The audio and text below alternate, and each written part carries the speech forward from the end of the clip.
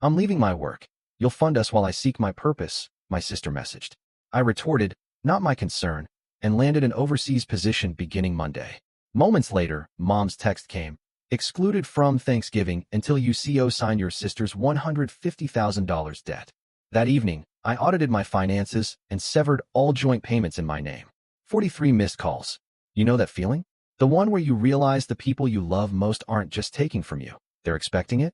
Like you're not a person, but an ATM with a pulse.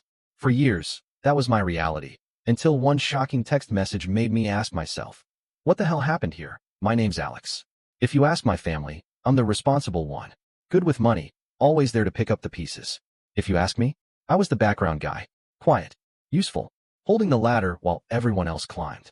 My little sister, Jenna, she was the golden one. Different rules, a softer tone of voice, a world that just bent for her. When we were kids, I did chores for allowance. Jenna got surprises just for trying her best.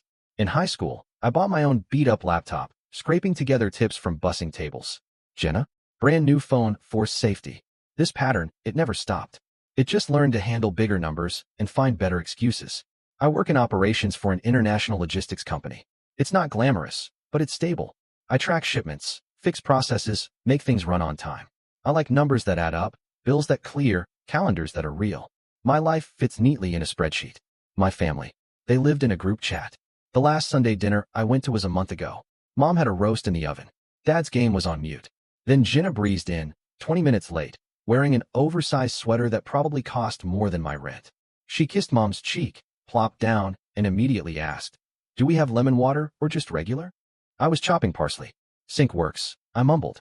She gave me a look like I'd suggested drinking from a puddle. Then Aunt Rose piped up, "Alex, you're not still renting, are you? That's just lighting money on fire." "Working on it," I said, trying to sound nonchalant. Mom didn't even look up. "He likes to be careful," she said, tapping the oven door. "He's good with that. Our planner." And then, almost lightly, "Besides, Alex is comfortable. He's not like Jenna. She's creative. She's meant for more." Jenna just smiled, chin in her hand, that magazine ad smile. "I'm figuring stuff out," she said. "It's a journey." I just kept chopping. Later, Dad turned the volume up on a replay. "Alex, grab the bill when it gets here." I remember his exact words. "Forgot my wallet in the car," I said. Everyone chuckled.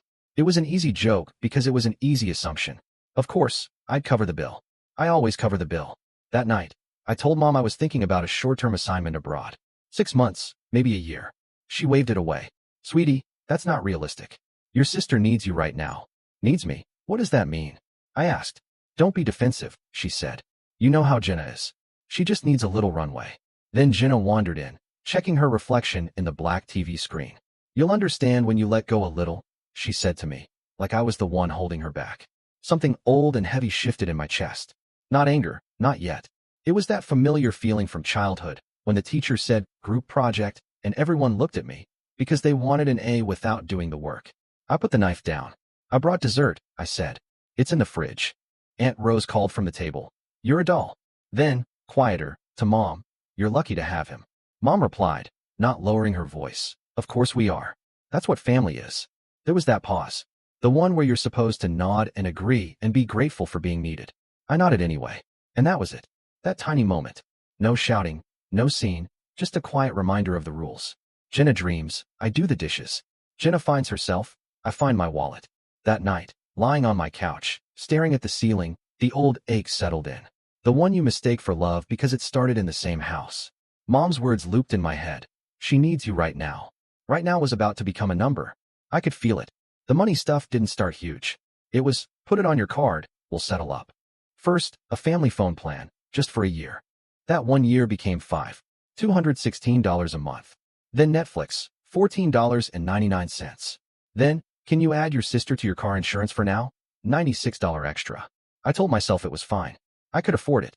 It kept the peace. After college, I stayed home 2 extra years to help when Dad's hours got cut. I paid half the mortgage. Temporarily, I told myself. Temporary turned into don't rock the boat. When I finally moved out, I left my name on the power bill because autopay was already set up. "We'll switch it next month," Mom said. Next month got bumped by birthdays, by Grandma's knee, by we're so busy. I kept a list on my phone. Dates, amounts, confirmation numbers. It looked like a normal person's notes app, but it was a small account of everything I was sacrificing. Meanwhile, Jenna tried things. A bakery internship, a travel blog, a wellness coaching certificate she never finished paying off. I loaned her $400 for books, then $850 for a deposit she'd lose if she backed out, then $1,200 when her car died. And somehow, that was my problem because I used it last winter. I wrote the amounts in my notes and put 2 stars next to any I believed would never return. She calls money energy. I call it rent. Why push back? Mom would say, they're small things. When I sent a Venmo request to Jenna, a friendly, hey, can you tackle this week? She replied with a heart emoji. No money. Don't be transactional, she said in person. It's gross. Dad's line was always, family is family. It evens out. It didn't. It just got tidier. The asks were packaged better. We thought it would be simpler if one person handled the payments. Mom texted, attaching a photo of our water bill with my old account number circled. You're organized, she added. We'll get you next time. I'm not a saint. I'm not a martyr. I'm a guy who can do math. I kept helping because it felt easier than fighting. It felt like leaving a light on for people you're not sure will ever come home. Last winter, I got offered a rotation in our Dublin office. 12 months.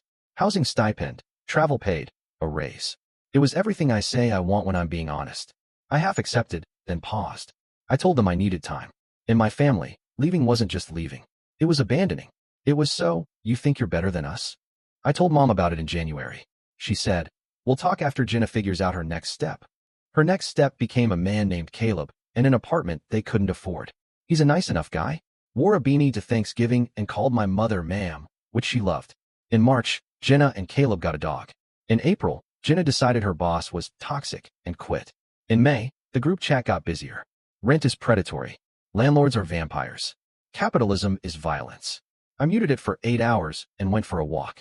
By June, I'd covered 3 tiny things. The phone bill when Mom's car got weird. The car insurance when Jenna had a limit on Venmo. And a surprise vet bill because the universe sent us Daisy. $216. $96. $347. Numbers that felt small until they became a stack of straws. Mom's language shifted around then. She started using we. We need. We were thinking. We could all pitch in. If I asked who we was, she'd say, oh, Alex, don't start. You know what I mean. I knew exactly what she meant. The first time the number $150,000 showed up, it wasn't in a text. It was in a binder. White, with tabs. Mom slid it across the table like she was giving me a college brochure. Jenna's opening a studio, she said. There's a whole plan, a year of runway. She just needs a guarantor to unlock better terms. A guarantor? I repeated, my voice flat. Dad cleared his throat. It's just your name, he said. It shows confidence. It shows liability. I shot back. Jenna twirled a strand of hair. It's not that deep. It's exactly that deep, I said. $150,000 is deep. It's an investment in family, Mom said. We would do it for you. They wouldn't. They never had. I closed the binder and slid it back. I can't co-sign a loan for you, Jenna. I love you, but no. She rolled her eyes like I'd refused to share fries. Wow, she said. You're so tight. That night, Mom called and cried. Dad called and didn't. Aunt Rose sent a voice note about seasons and abundance. Jenna posted an Instagram story about financial abuse with a paragraph from a blog about siblings who hoard wealth. Caleb texted me a thumbs down. I put my phone face down and watched the ceiling fan trace slow circles in the dark. The Dublin offer still sat in my inbox, like a door half open. I could feel air moving through it. Then came the ask inside the ask. The one I could hear coming like a train around a bend. I'm quitting my job. You'll support us while I find myself. Not yet in words, but soon. The track was already laid. It arrived on a Wednesday, 8:12 a.m. I was brushing my teeth. My phone buzzed on the sink. Jenna, I'm quitting today. Can't do the stress anymore. You'll support us while I find myself. There wasn't a question mark anywhere in that message. Just the certainty of someone who has always landed on a cushion they didn't sew. I rinsed my mouth, looked at my face in the mirror, sleep-creased, ordinary, and typed back with my thumbs. Me? Not my problem. I hit send. My hands didn't shake. I wasn't mean. I was concise. Within 60 seconds. Mom, call me EM right now. Jenna, are you serious? Caleb, bro. The Dublin email was still open on my laptop. I scrolled to the bottom and clicked accept. Start date Monday. Flight assigned. Apartment arranged. It felt like putting a plate back in the cabinet where it belonged. 8 minutes later, Mom sent the all-caps classic. Banned from Thanksgiving until you signed your sister's $150,000 loan. I actually laughed. Not loud, just a small, Private sound I hadn't made in years. It sounded like relief wearing a cheap disguise. 10 minutes after that, my phone lit up with a FaceTime from Dad. I answered. They were on speaker. I could see the kitchen behind them, the fridge calendar with everyone's names except mine. Mom didn't waste time. You will apologize to your sister, she said. You will fix this. No, I said. What do you mean no? Her voice went high, then thin. I mean no, I repeated. I won't be supporting two adults. I won't be co-signing anything. I won't be on the hook for 6 figures because you're rewriting reality with feelings. Dad leaned toward the phone. Watch your tone. My tone is calm, I said. It's going to stay calm. Jenna barged into the frame. Mascara already smudged in a way that made me think of stage plays. You're so selfish, she wailed. You're punishing me for being different. I'm not punishing you, I said. I'm drawing a line.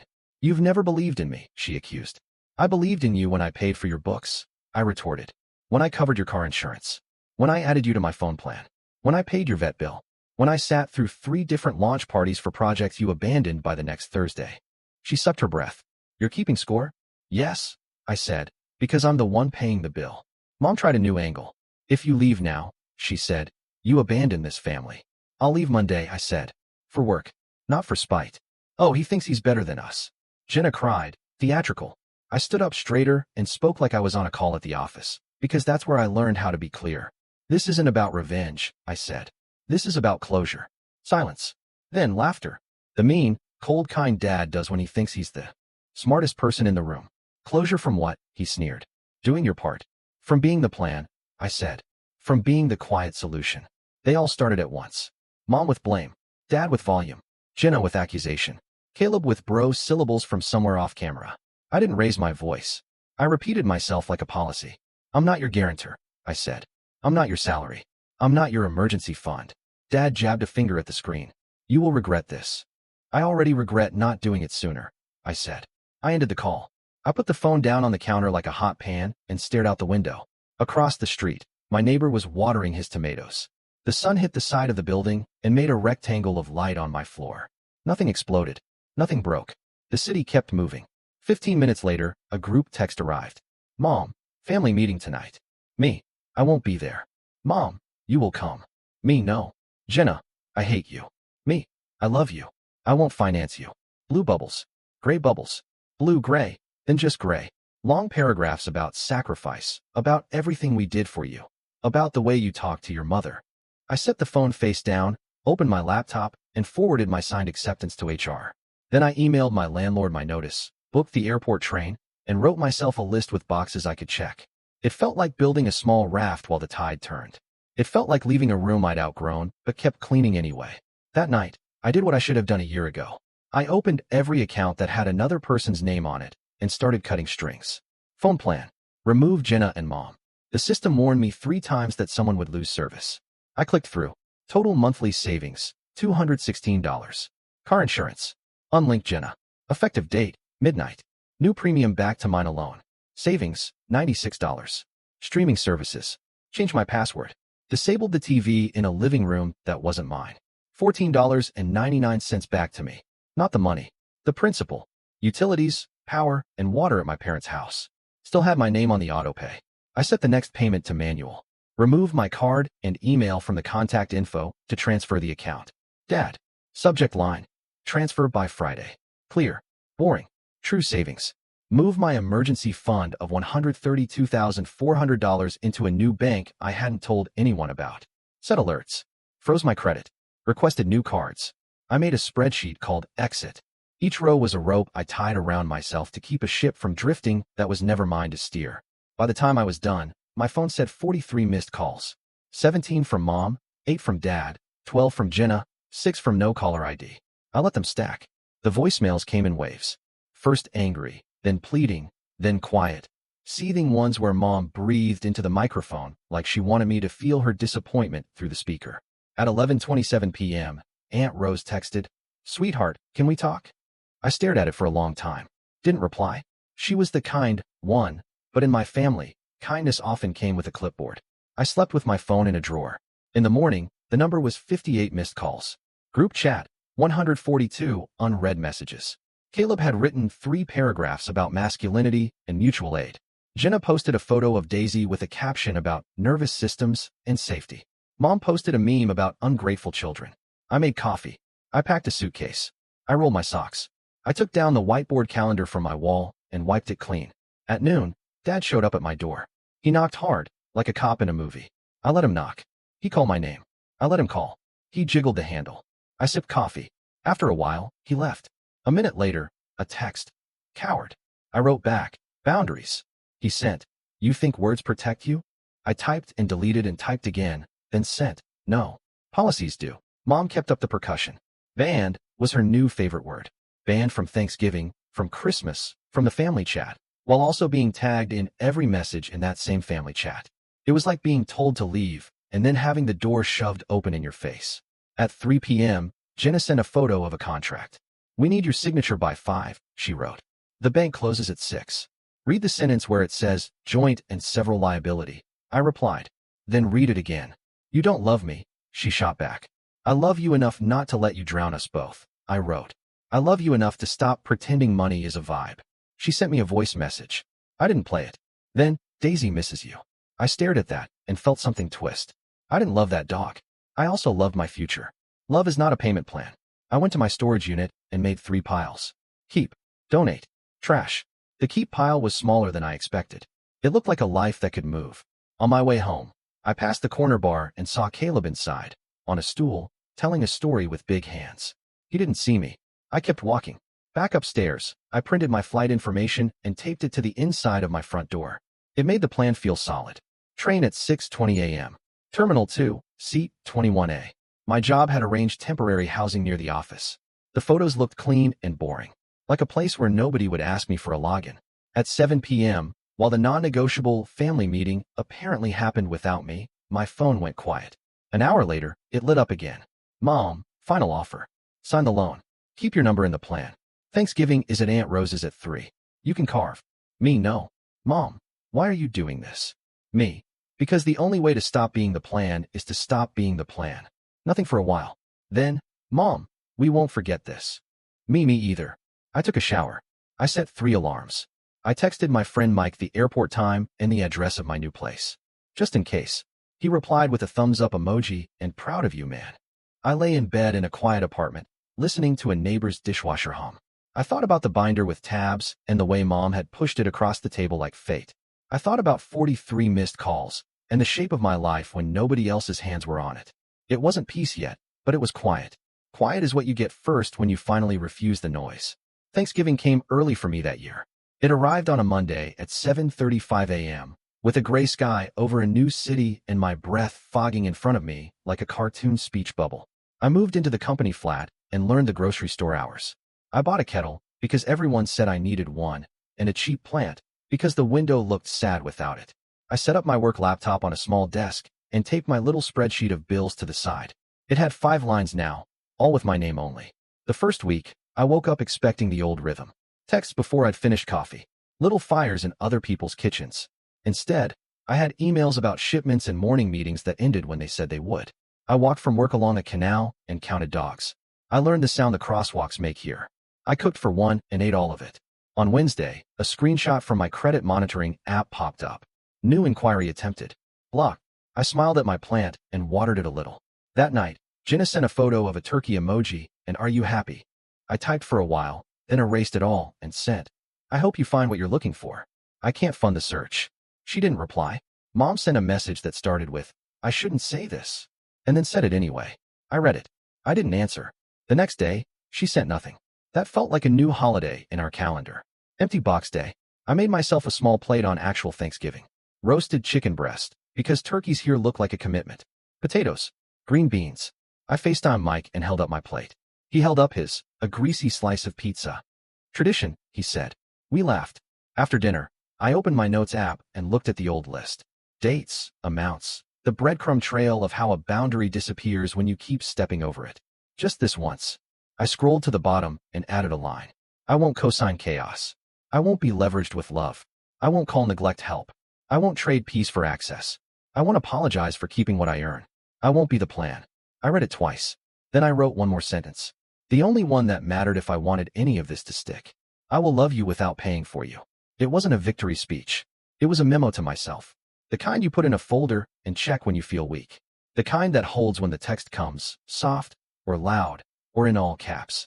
People think closure is a door slamming. It's not. It's a door you finally stop holding open for people who never plan to walk through it. I'm not banned from anything that matters. I eat what I cook. I answer what I want. I earn. I save. I sleep. This isn't about revenge. It never was. It's about not confusing being needed with being loved. It's about refusing to be a wallet with feelings.